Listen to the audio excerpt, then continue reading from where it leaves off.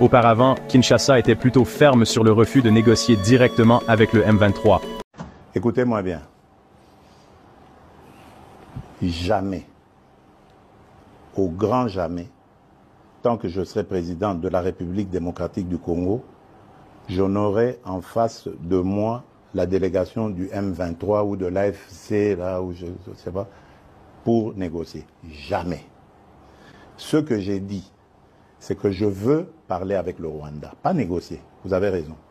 N'oubliez pas de vous abonner et de rester jusqu'à la fin de cette vidéo. Aujourd'hui, on aborde un sujet brûlant. Le président Félix Tshisekedi est-il enfin prêt à négocier avec les rebelles du M23?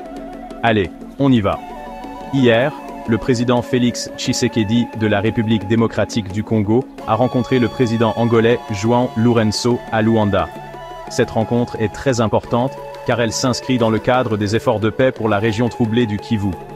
Les rebelles du M23, soutenus par le Rwanda, sèment le chaos et les tensions ont grimpé en flèche ces dernières semaines. Et là, ça devient intéressant.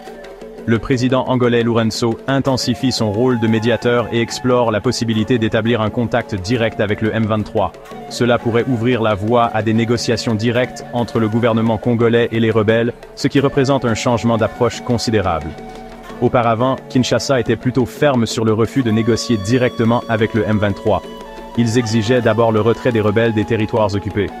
Mais maintenant, on observe un possible assouplissement de leur position.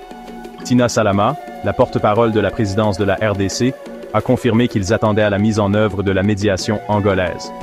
Cela suggère que la RDC pourrait être prête à s'asseoir à la table des négociations. Mais attendez, ce n'est pas tout. On ne peut pas ignorer le rôle du Rwanda dans ce conflit.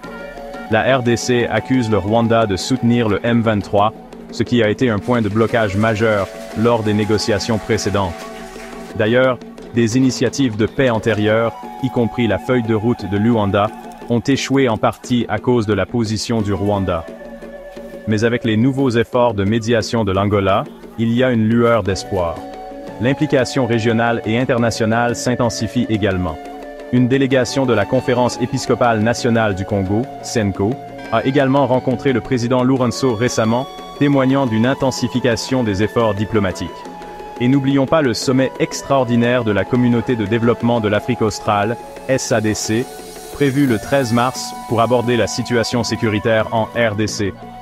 La communauté internationale, y compris le groupe de contact international, soutient le processus de Luanda et exige un cessez-le-feu et un accès humanitaire.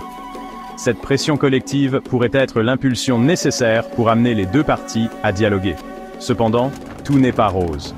Des experts comme Joe Natiel de KFIBS prédisent que la résolution de ce conflit ne sera pas facile en raison des tensions ethniques profondes.